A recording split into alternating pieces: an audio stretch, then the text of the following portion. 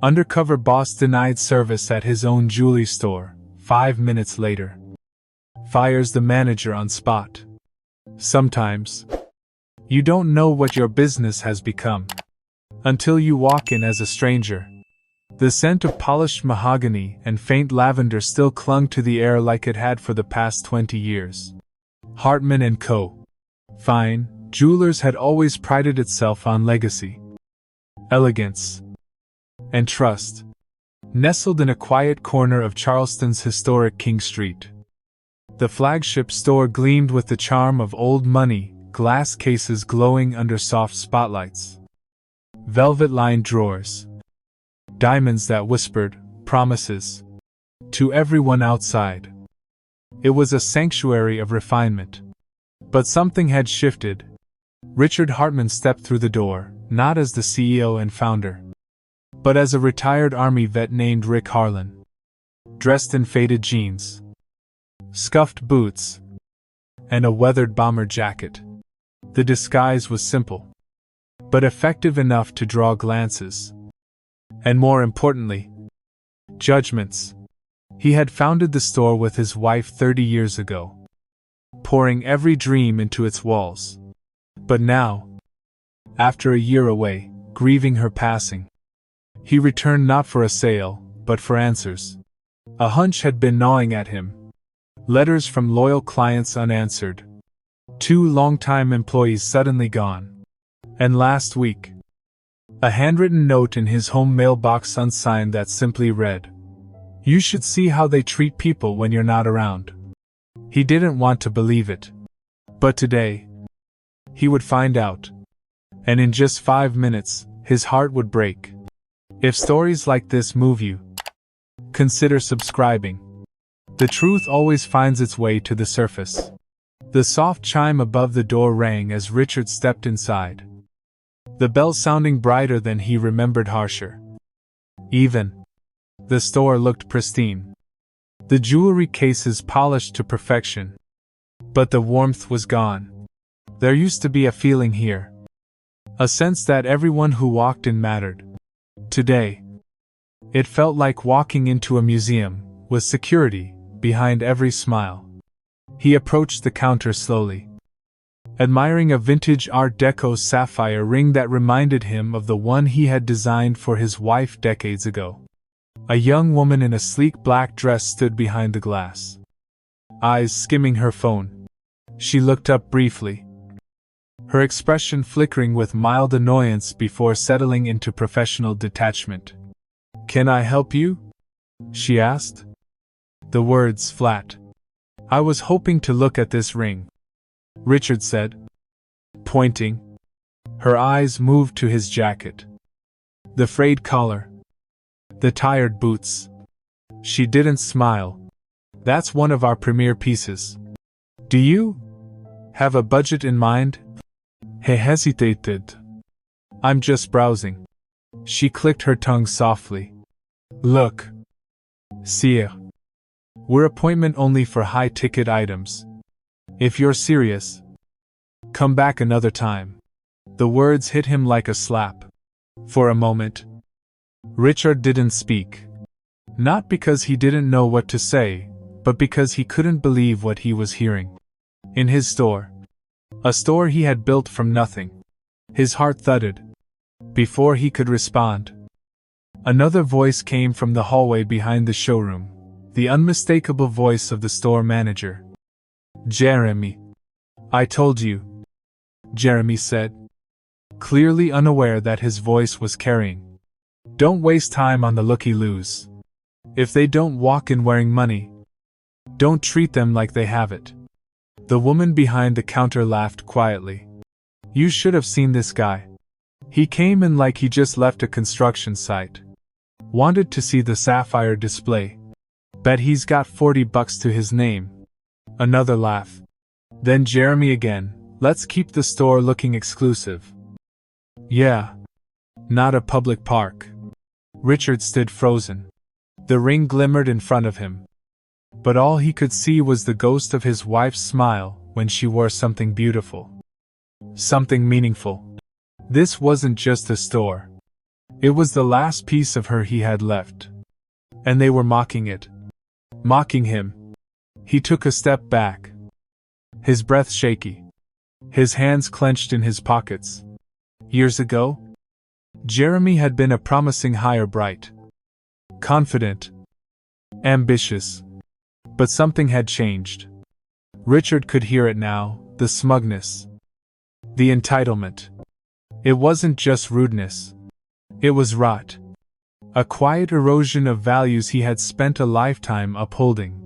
Still, he waited. Observed. 5 more minutes passed. And no one approached him again. No offer of help. No water. No warmth. Then, as Richard slowly walked toward the door, he heard Jeremy speak once more. You let one of them hang around too long. And suddenly you're the kind of store that gets bad Yelp reviews from bus drivers and janitors. That was it. Richard didn't know exactly what he was going to do next. But one thing was certain, Jeremy had made a mistake that couldn't be undone. There's more where this came from. Follow for real stories that matter.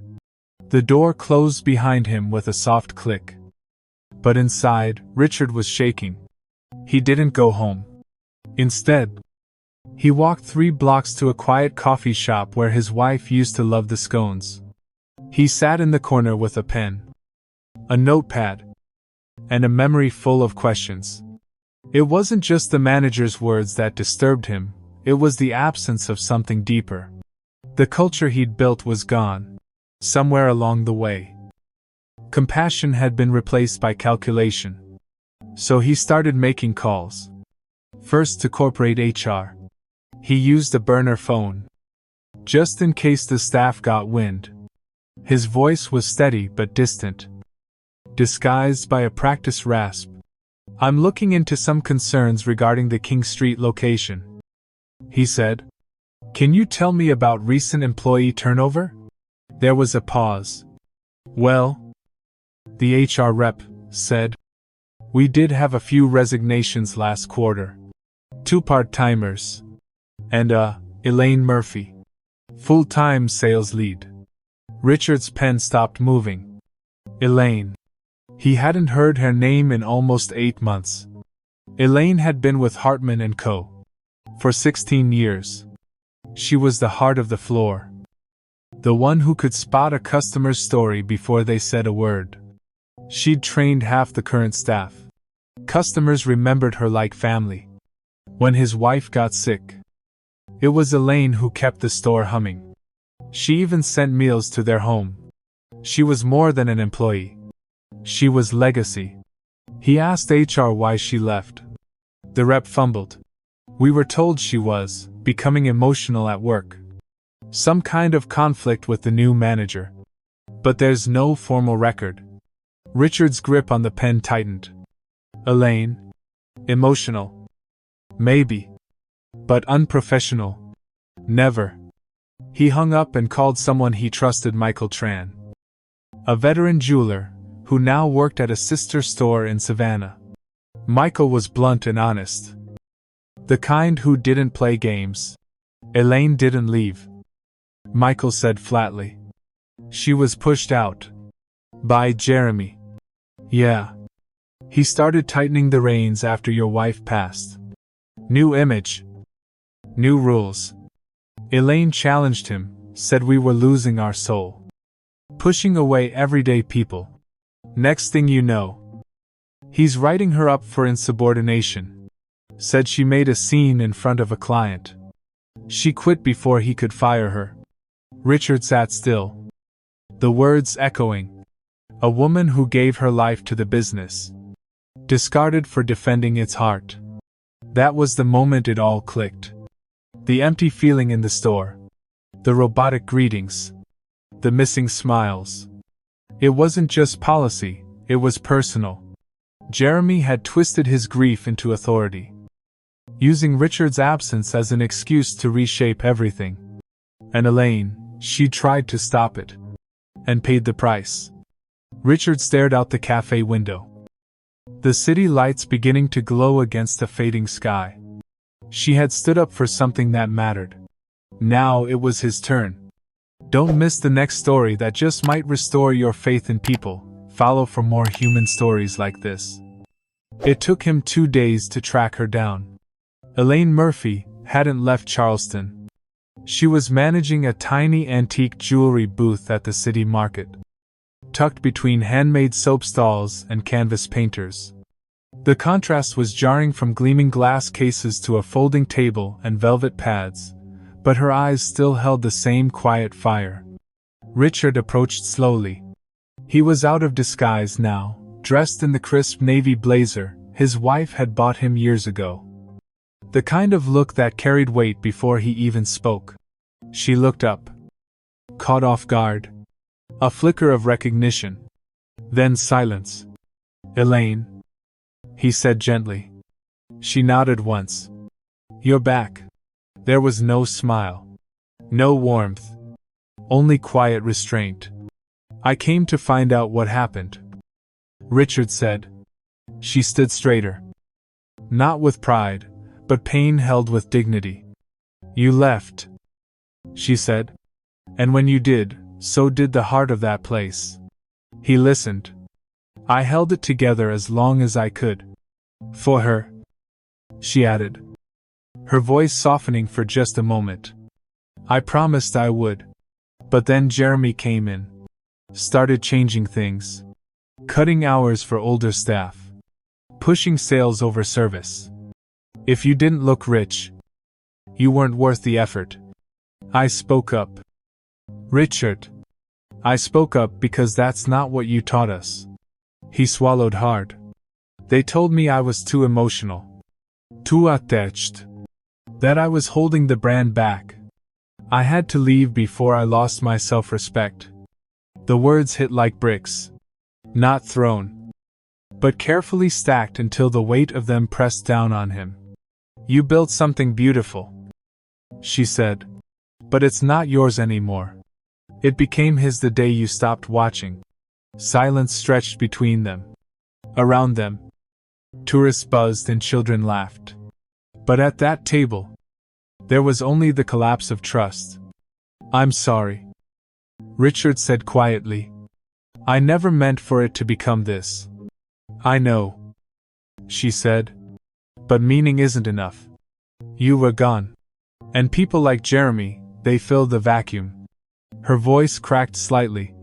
"And the worst part is, I stayed for as long as I could. Because I loved that place. Because I thought you'd come back. That maybe you'd see what was happening."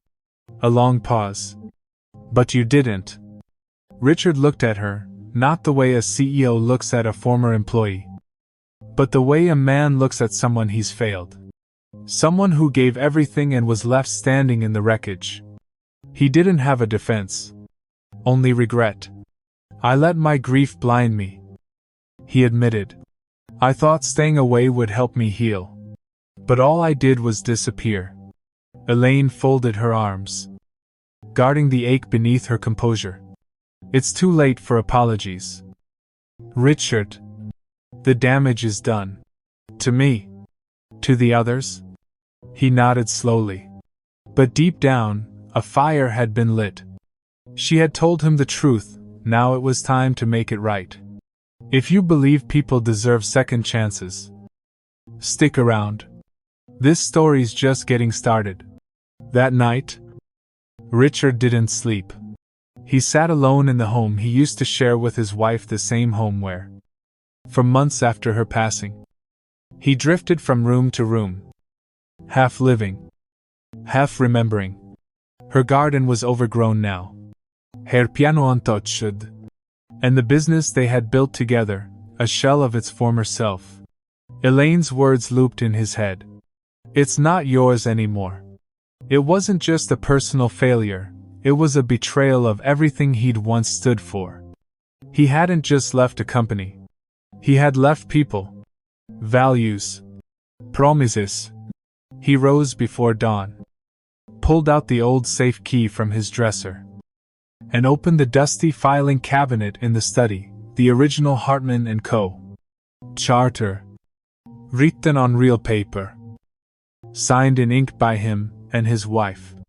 At the top, in her handwriting, it read, "Treat every customer like family. Treat every employee like gold." How far they had fallen. He remembered when they first opened the doors. When he personally helped clean the cases every morning. When Elaine brought homemade lemon bars to team meetings. When the joy on a young couple's face meant more than the value of the ring they bought. But slowly, growth became strategy. Strategy became scale. And scale became distance. He thought leaving Jeremy in charge would bring structure. What it brought was arrogance, exclusion, and decay. Jeremy didn't just mishandle the brand, he crushed its soul. One silent dismissal at a time. And Richard let him. Not because he didn't care, but because grief had turned him inward. Because pain convinced him that the best way to preserve the past was to lock it away.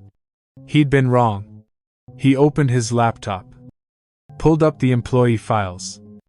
Elaine's evaluations were glowing. Her sales numbers consist. Her customer satisfaction scores. The highest in the company. There was no record of misconduct. Only a note in the system, voluntary resignation, following repeated performance concerns. Informal. Informal. Meaning unsubstantiated. Meaning someone just wanted her gone. Jeremy. The guilt surged in Richard's chest, not like a dagger, but like a wave. Not because he hadn't known, but because deep down, he hadn't wanted to. He closed the laptop. It wasn't about optics anymore. It wasn't about damage control. This was personal. He had spent the last year trying to survive loss. Thinking that, by stepping back, he was protecting what mattered. But now he understood real leadership doesn't hide in the shadows of sorrow. It steps forward. Even when it hurts. Even when it's late. He stood. Took a deep breath. And walked over to the mirror in the hallway. The same mirror his wife used to glance at before every gala.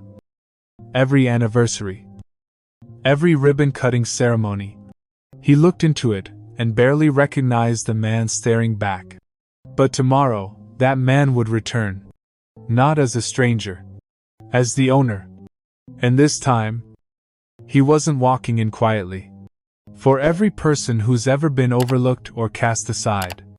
Follow for more stories that fight for what's right. The next morning, Richard arrived before the store opened. The sky was still gray. Dew clinging to the glass windows. He stood outside, hands in his pockets, staring at the gold-lettered sign that still bore his wife's initials in the corner, L.H. for Laura Hartman. He pressed his key into the lock. It turned with a soft click. And just like that, the founder was home. Jeremy arrived 15 minutes later. Coffee in hand and Bluetooth in ear. Already talking numbers to someone on the other end. When he saw Richard standing in the center of the showroom, he froze mid-sentence. "Gotta call you back," he muttered, hanging up. "Mr. Hartman, see ya. I didn't know you were visiting today." "You didn't," Richard said flatly. There was a long pause. "I wanted to check on the heart of the store," he said. "See if it was still beating?" Jeremy's eyes flickered. "If this is about yesterday," Richard cut him off with a raised hand. "Not yet. We'll get there. First, I need you to do something for me."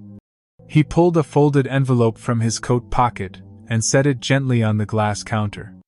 "Deliver this to Elaine Murphy. In person." Jeremy didn't move. "She's no longer with the company." "I know," Richard said. "But she should be." Inside the envelope was an official offer letter, a full-time position. Double her previous salary. And a handwritten apology signed by Richard himself. An invitation, not just to return, but to help rebuild what had been broken. Hours later, Elaine stood outside the market stall where she worked, the envelope in her hands. She read the letter twice. Once for logic, once for emotion. Then she looked up at Jeremy. "You really expect me to believe this came from him?" she asked. "It did." Jeremy muttered it, clearly uncomfortable. Handwritten and all. She stared at the letter again. The elegant cursive. The sincerity. It was real. But so was the hurt. "I gave 16 years to that company," she said, voice trembling. "I gave more than just my time, I gave myself. And when things got ugly, when the culture shifted, when you started pushing people out, I kept thinking someone would step in. That he'd see what was happening. That I mattered enough for someone to care." Jeremy looked away. "I don't need a letter," she said quietly. "I needed someone to stand up for me then." She folded the letter slowly and placed it back into the envelope. "Tell him thank you. And tell him I'm not ready." She turned back toward her booth. Hands steady now. Heart racing. She didn't slam the door. She didn't raise her voice. But her silence said everything. At the other end of town, Richard sat in the back office, staring at the empty chair where Elaine used to sit during team meetings. He had hoped she'd say yes. He had hoped his actions, however delayed, would be enough. But the truth was, redemption couldn't be given. It had to be earned. If you've ever been hurt and walked away but still hoped someone would make it right, you're not alone. Follow for stories that believe in healing, not just apologies. The next morning, Richard stood alone in the center of the showroom, the same place he'd once proposed to his wife during a holiday promotion. The same spot where he'd been denied service just days earlier. But this time, he wasn't here as a customer. He was here to clean house. Jeremy walked in at 9:04 a.m. Late. Again. Talking on his phone. Sunglasses, still on his head. He stopped cold when he saw Richard. "Jeremy," Richard said, without raising his voice. "We need to talk." "I figured we would," Jeremy said, trying to keep it casual. "Look, I understand things may have come across the wrong way. We can sit down." "You're done," Richard said firmly. Effective immediately. The color drained from Jeremy's face. "You're firing me?" he asked. Stunned. "No. You fired yourself. I just didn't see it until now." Richard handed him a termination letter already signed. "Already processed. Security is on standby. You'll leave your badge and keys here." There was no shouting. No spectacle. Just quiet finality. Once Jeremy was gone, Richard called an emergency staff meeting. The team gathered awkwardly, a mix of nervous energy and uncertain glances. Some of them barely recognized him. Others knew exactly who he was. He stood at the front of the showroom floor and looked each person in the eye. "I lost someone last year," he began. "And in trying to survive it, I made the mistake of stepping away from the thing my wife and I built. In my absence, we lost something important, something you all deserve to keep. Kindness, respect, dignity." He took a deep breath. "No more." Richard laid out a new plan, a full audit of company culture and leadership practices. Store by store. Mandatory compassion training. Restored benefits for veteran employees. And most importantly, a reinstatement policy for anyone who had been wrongfully pushed out. "Starting with Elaine Murphy," he said. "She may not be ready to return. And that's her right. But I want every one of you to know this company is hers as much as it's mine." There was a pause. Then, scattered claps. A few employees nodded, visibly relieved. One woman, a part-timer named Mia, wiped her eyes. After the meeting, Richard sat down and personally wrote 3 more letters to the other former employees who had quietly disappeared during Jeremy's tenure. Each letter was different, but each one ended the same. I should have seen you. I see you now. And if you're ever ready, this door will always be open. He didn't stop there. Richard walked through the store for hours that day, not as a boss, but as a listener. He asked questions, took notes, spoke to the janitor, the security guard, the young sales trainee, who said she hadn't seen the previous manager smile once in 3 months. The change had begun. Not because he gave a speech, but because he showed up. Fully. Honestly. Human again. If stories like this give you hope, hope that people can change. And that leaders can still do what's right, consider subscribing. There's more ahead. 4 days passed.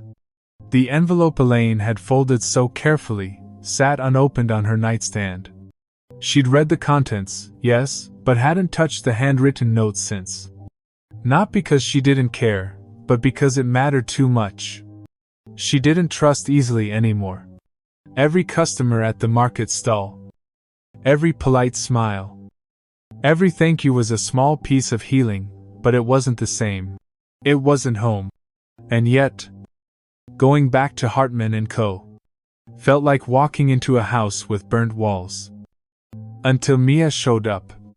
Elaine was wrapping a silver charm bracelet for a tourist couple when the young sales associate approached her booth, fidgeting with a paper coffee cup and trying not to interrupt. Elaine looked up. Mia. The girl smiled nervously. I needed to see you. I wanted to say thank you for standing up for us, even when it cost you everything. Elaine blinked, unsure what to say. After you left, Mia continued, everything got colder. We tried to make it work, but it wasn't the same. You were the glue. And now, things are changing again. Mr. Hartman fired Jeremy. He's been in the store every day since. Listening, fixing, apologizing. It's real. Elaine felt her breath catch. He says he still hopes you'll come back. Mia added. But even if you don't, I wanted you to know. You made a difference. The girl left a coffee on the counter, Elaine's favorite order. Just how she used to take it on early shifts. Then she was gone, disappearing into the crowd. Elaine stood still. A storm of emotions surged in her chest, doubt, anger, love, loyalty. She hadn't realized how much she'd missed being seen, how much she'd missed mentoring the younger ones, teaching them that diamonds were more about stories than carrots. She took the envelope from her bag, unfolded it. Read the note again? I failed to protect what mattered. I won't make that mistake again. But this can only be rebuilt with you, if you'll have us. It wasn't just a job offer. It was a bridge. The next morning, Richard was in the back office reviewing inventory when he heard the bell chime. He walked out and nearly froze. Elaine stood in the doorway. A simple navy blouse and soft gold earrings that shimmered like memory. She didn't smile. Not yet. But her eyes held something different than before. Hope. I'm not saying yes, she said quietly. But I'm here. Richard nodded slowly, as if exhaling a breath he'd been holding for months. You're always welcome, he replied. The staff noticed, one by one. Heads turned. And there, in the center of the showroom, something shifted, not in volume, but in atmosphere. Like an old light being turned on after months of flickering. Elaine didn't rush to the back.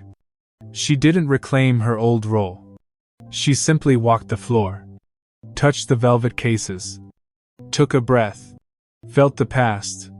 Then, She looked at Richard. Let's see if this place remembers how to feel again. And for the first time in a long time, it did.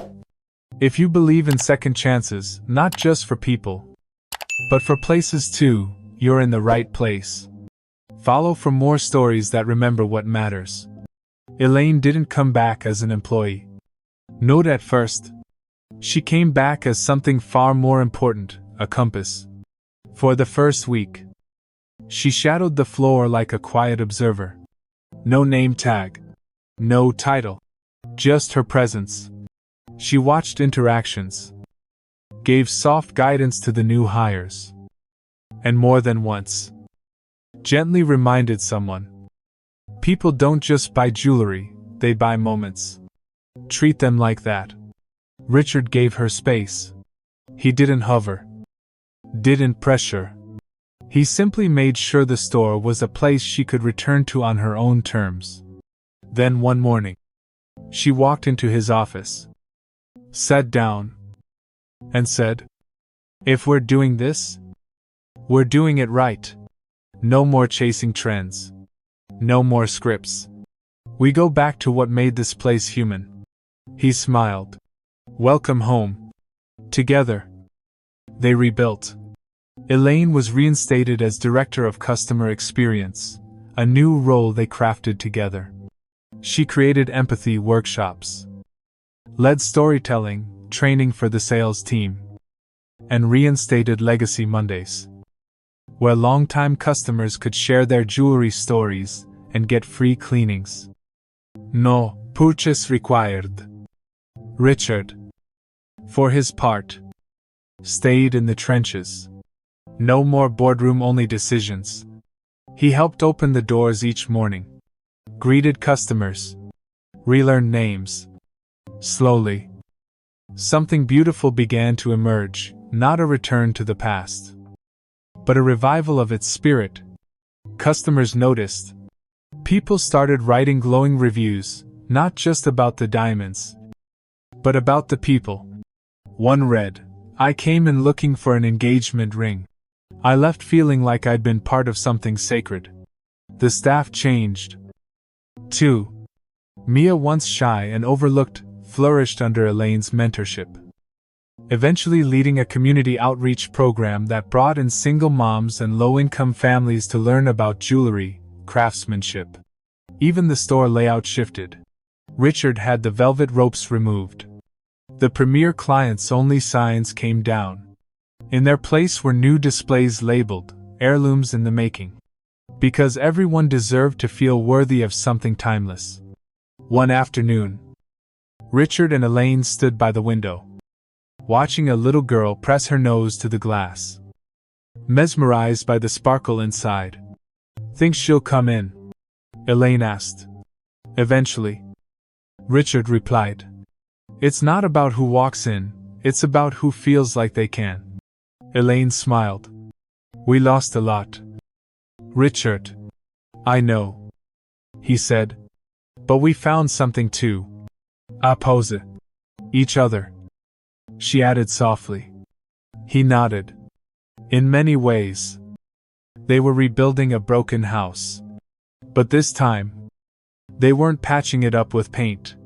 They were rebuilding the foundation with trust, dignity, and hard-earned grace. It wasn't perfect, but it was real, and that made all the difference. If this kind of restoration speaks to your heart, don't miss what's next. Follow for more stories that show what happens when people choose healing over hiding. 2 months later, the store buzzed with life again, not the sterile kind of energy that came from quotas and elite clients, but the warm, steady hum of connection. A little boy stood at the counter, barely tall enough to see over the glass. In his small hand, he held a crumpled $5 bill and a tiny plastic ring. Elaine knelt beside him. "I want to trade this for something shiny," he whispered. "For my mom. It's her birthday." She smiled and looked over at Richard, who was nearby, straightening a display. Richard came over, crouched next to them. and glanced at the boy's offering. "That's a powerful ring," he said. "But I think we've got something that might sparkle just a little more." He reached into the case and pulled out a simple silver pendant one Laura had once designed for the everyday woman. They called it the Grace Heart. He placed it gently in the boy's palm. "It's yours." The boy beamed.